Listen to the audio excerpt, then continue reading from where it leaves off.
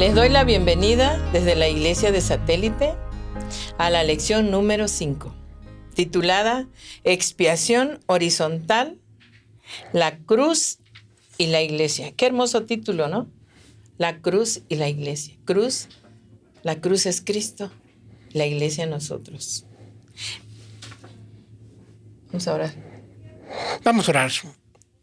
Bondadoso Jesús, que moras en las alturas de los cielos, alabado y glorificado sea su santo y hermoso nombre. Amén. Cuán agradecidos con usted estamos, mi Dios, por permitirnos tener vida, salud, por permitirnos estar en esta tarde hermosa, aquí listos para compartir el repaso de su lección. Bendiga a todos los oyentes. Así es. Bendiga a su pueblo, mi Dios y Padre. Amén. Denos sabiduría y entendimiento para poder compartir lo que usted, mi Dios y Señor, tiene preparado para cada uno de nosotros. Gracias por su amor y gracias por su comprensión. En Jesús. Amén. Amén. El verso de la semana se encuentra en Efesios 12, 13 y 14. Dice así: pero ahora en Cristo Jesús, ustedes que en otro tiempo estaban lejos, han sido acercados por la sangre de Cristo. Cristo es nuestra paz, que de los dos pueblos hizo uno y derribó el muro divisorio. Con esas palabras damos inicio a la introducción. Como hemos visto, mis queridos hermanos, en Efesios 2, del 1 al 10, el apóstol Pablo pinta un cuadro maravillosamente increíble, hermoso y edificante de cómo Dios obra en la salvación de cada persona, de cada uno de sus hijos. Ser salvo, mis hermanos, significa ser llamado por el Mesías, resucitar con el Mesías, ascender con el Mesías y ser exaltado con el Mesías. Pero esta descripción generalmente se aplica a los judíos que esperaban ansiosamente a su Mesías Salvador. Según su interpretación, los judíos esperaban al Mesías para que salvara y exaltara a los judíos y destruyera y humillara a los gentiles cuando viniera. Sin embargo, mis hermanos, Pablo toma el lenguaje exaltado que se utilizaba para describir la salvación de los judíos y lo aplica ahora también para los gentiles. Debemos considerar que el apóstol Pablo no proclama que ahora los gentiles se salvan porque son gentiles, ni que los judíos se salvan porque son judíos. Los gentiles no deben de olvidar la vida que llevaban antes de encontrar y aceptar a Jesús como su Salvador. Así, ambos grupos serán salvos por la gracia de Cristo, manifestada en la cruz del Calvario por nuestro Señor Jesús. Tanto judíos como gentiles, mis hermanos, se salvan solo cuando están en Cristo Jesús. En Efesios 2, 11 al 22, Pablo ve que la cruz de Cristo marca una diferencia dramática, ya que destruye esas barreras y muros. Verticalmente, la cruz disuelve las enemistades al reconciliar al hombre con Dios. Horizontalmente, reconcilia a la gente entre sí. La cruz quita la enemistad y trae la paz entre judíos y gentiles. Formando una nueva familia multiétnica, y juntos se convierten en un nuevo templo, morada de Dios mediante el Espíritu. Para poder entender esta reconciliación que había o que hay vertical y horizontal, mis queridos hermanos, considero en lo personal que es necesario conocer el contexto de lo que sucedía. Dicen que los gentiles, la incircuncisión, experimentaba dos tipos de alienación.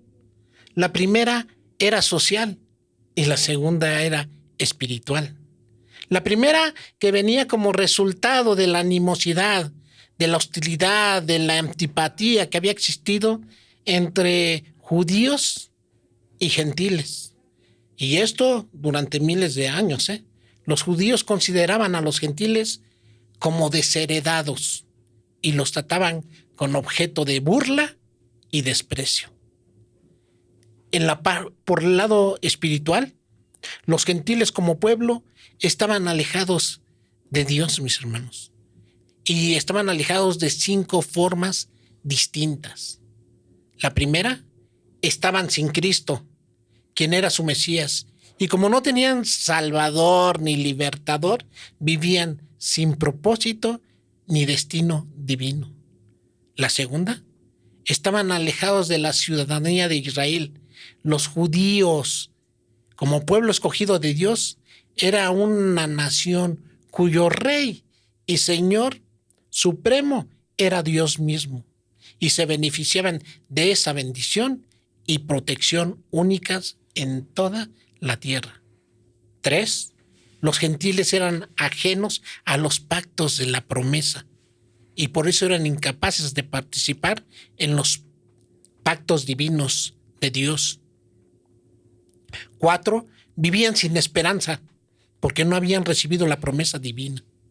Y 5, mis hermanos, estaban sin Dios en el mundo. Los gentiles tenían muchos dioses falsos, pero no reconocieron al Dios verdadero porque no lo quisieron. Eso podríamos decir que es por eso viene la reconciliación vertical. Horizontal, mis hermanos, a los gentiles los llamaban la incircuncisión, los que basaban sus derechos en esa circuncisión física y hecha por los hombres. Esta era la primera de las grandes diferencias. Los judíos, mis hermanos, sentían un inmenso desprecio hacia los gentiles. Algunos hasta decían que Dios había creado a los gentiles para usarlos como leña para los fuegos del infierno. Que Dios no amaba nada más que a Israel de todas las naciones que había hecho. Que como se debía aplastar la mejor de las serpientes, había que matar al mejor de los gentiles. No era ni siquiera legal prestar ayuda a un gentil en el momento del parto, porque eso no servía de nada, más que ¿para qué? Para traer otro gentil al mundo. La barrera, mis hermanos, entre los judíos y los gentiles era absoluta. Si un judío se casaba con una gentil, se llevaba a cabo su funeral como si hubiera muerto. Tal contacto con un gentil era equivalente a la muerte. Hasta entrar en la casa de un gentil era contraer la impureza ritual. Antes de Cristo, la barrera estaba levantada. Después de Cristo, se ha suprimido, mis hermanos. Durante esta semana se abarcará 3 temas principalmente. Primero, Cristo salva a judíos y gentiles por igual. Segundo, la salvación que el Señor Jesús ofrece a todos es universal, porque Él murió en la cruz del Calvario e hizo provisión para la salvación de todos. Tercera, Jesucristo no solo derribó el muro que separaba a judíos de gentiles, también construye una nueva realidad, un nuevo templo de Dios. Veamos, el día domingo lleva por título Acercados en Cristo. Cuando comparamos Efesios capítulo 2 versos del 1 al 3 contra capítulo 2 versos del 11 al 12, el apóstol Pablo enfatiza lo siguiente, mis hermanos. Se debe de considerar la importancia de recordar el pasado, porque los gentiles que ahora son creyentes en Cristo y miembros de su cuerpo, la iglesia, en otro tiempo estuvieron totalmente separados de Israel y de la salvación que Dios les ofrecía. Estaban entonces sin Cristo, el ungido, el Mesías de Israel. Estaban excluidos de la ciudadanía de Israel y eran ajenos a los pactos de la promesa, promesas de salvación que Dios había ofrecido a lo largo de la historia de la salvación, amor. En la existencia pasada, grandes disputas entre judíos y gentiles, Pablo nos da una idea de ese odio arraigado. Uno de los síntomas, la agresión, eran los insultos. Los judíos ridiculizaban a los gentiles, refiriéndose a ellos como la incircuncisión, y los gentiles hacían referencia a los judíos con igual desdén como la circuncisión. No obstante, Pablo escribió: pero ahora en Cristo Jesús, ustedes que en otro tiempo estaban lejos, han sido acercados por la sangre de Cristo. En Cristo y mediante su cruz, los creyentes gentiles se habían acercado a todo lo que estaban separados: Dios, la salvación, la esperanza y sus hermanos judíos. Pablo conecta las ideas del gran amor de Jesús y su muerte sacrificial. Y no se trata de hablar de un Jesús ensangrentado y escarnizado, sino de un Jesús lleno de amor, dador y salvador. La única manera, mis hermanos, de acercarnos a Dios es por la sangre de Cristo. Lo que Jesús hizo en la cruz del Calvario, sufrir como pecador culpable, nos hace cercanos a Dios. Esta buena noticia, mis hermanos, nos invita a considerar las divisiones que puedan existir en nuestra vida. Divisiones en nuestra familia, con nuestros vecinos, con nuestros amigos, hermanos. Y por qué no también divisiones en la iglesia. Y debemos reflexionar sobre el poder de la cruz para superarlas. Y no olvidar, mis queridos hermanos, nuestro pasado. Es demasiado importante de dónde venimos, en dónde estamos y hacia dónde vamos. Es importante que no lo olvidemos. El lunes dice reconciliación, el regalo de Dios desde la cruz.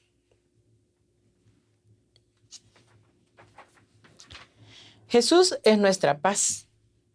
De ambos pueblos hizo uno, derribando la pared intermedia de separación, aboliendo en su carne las enemistades. La ley de los mandamientos expresados en ordenanzas, y para crear en sí mismo de los dos un solo y un nuevo hombre, haciendo la paz y mediante la cruz reconciliar con Dios a ambos en un solo cuerpo, matando en ellas las enemistades. La obra de Jesús en la cruz es el fundamento en común de la salvación de ambos, judíos y gentiles. En el contexto del pasaje de esta semana, la cruz produce 3 grandes ventajas para los creyentes. Los gentiles que estaban lejos de Dios y de su pueblo son acercados a ambos, siendo ahora hijos e hijas de Dios y hermanos y hermanas de los creyentes judíos.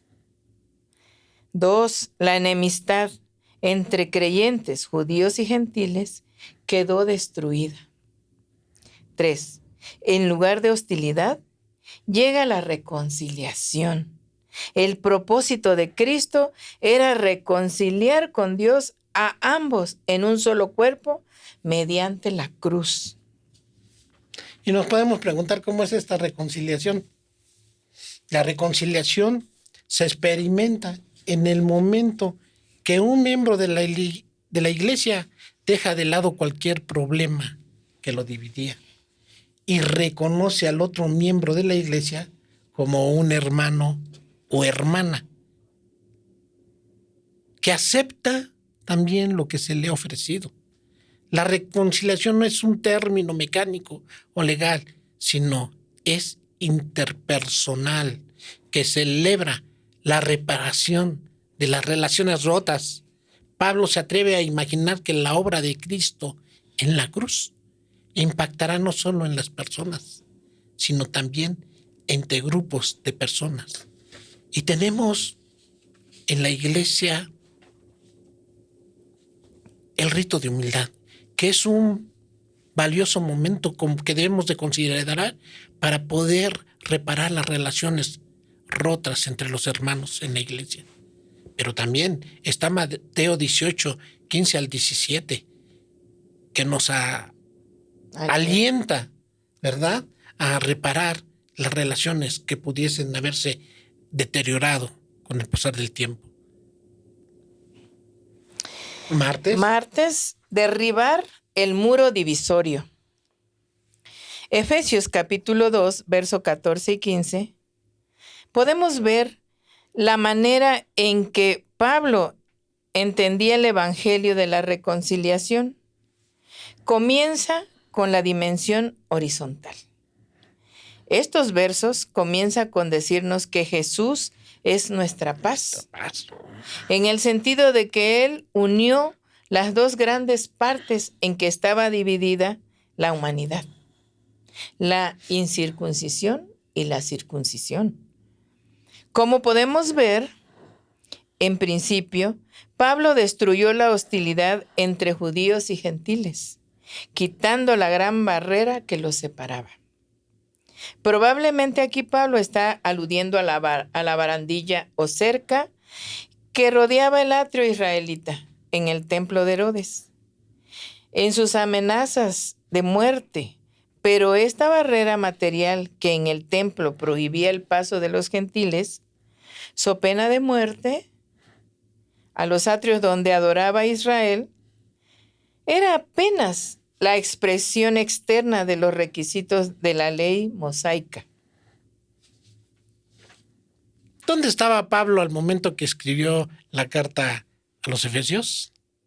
Podríamos decir que estaba bajo arresto domiciliario en Roma, esperando el juicio, debido a que él fue falsamente acusado por los judíos de tomar un gentil y llevarlo pasando la barrera literal, la pared de separación, la cual dividía a los judíos y gentiles. Ahí decía un mensaje grabado en latín y en griego, y que decía: ningún extranjero puede entrar dentro de la barrera que cerca el templo, morada de Dios mediante el Espíritu. Pero Pablo, mis hermanos, pone en claro: en Jesús esa pared ya no está. No más muros, no más divisiones. De dos pueblos, uno solo, unidos en Cristo. Amén. Pero algunos también en Efesios 2, 14 y 15 creen que la palabra enseña que la cruz abolió o anuló los 10 mandamientos, incluyendo el sábado. Pero podemos ver, conforme nos lo explica la lección de este día, que Pablo muestra un debido respeto por los 10 mandamientos al hacer referencia en Efesios a varios de ellos. Y ahí podemos ver que hace referencia al mandamiento número 7, al 10, al 9 también, a varios, mis hermanos. No se pierdan, lean su lección y podemos ver de que Pablo respetaba los 10 mandamientos, los cuales no fueron abolidos. Fue abolido las leyes de las ordenanzas, la ley mosaica. Esa fue la que fue abolida. Miércoles, Jesús, predicador de paz. De paz. El príncipe de paz. Efesios 2, 17 y 18 nos dicen lo siguiente: y vino y anunció las buenas nuevas de paz a vosotros que estabais lejos y a los que estaban cerca, porque por medio de él los unos y los otros tenemos entrada por un mismo espíritu al Padre. Mis hermanos, el concepto de paz es muy importante en Efesios. La carta a los Efesios comienza y termina con bendiciones de paz de Dios, nuestro Padre, y del Señor Jesucristo. En Efesios, como bien dice, capítulo 2, versos del 11 al 22, Pablo argumentó que Cristo personifica la paz, porque Él mismo es nuestra paz y que la cruz crea esa paz.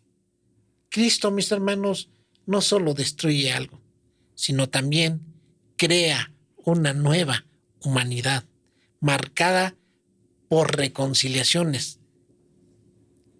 de paz. De paz y de paz. Los evangelios, mis hermanos, contienen ejemplos de cómo Jesús, como predicador de la paz,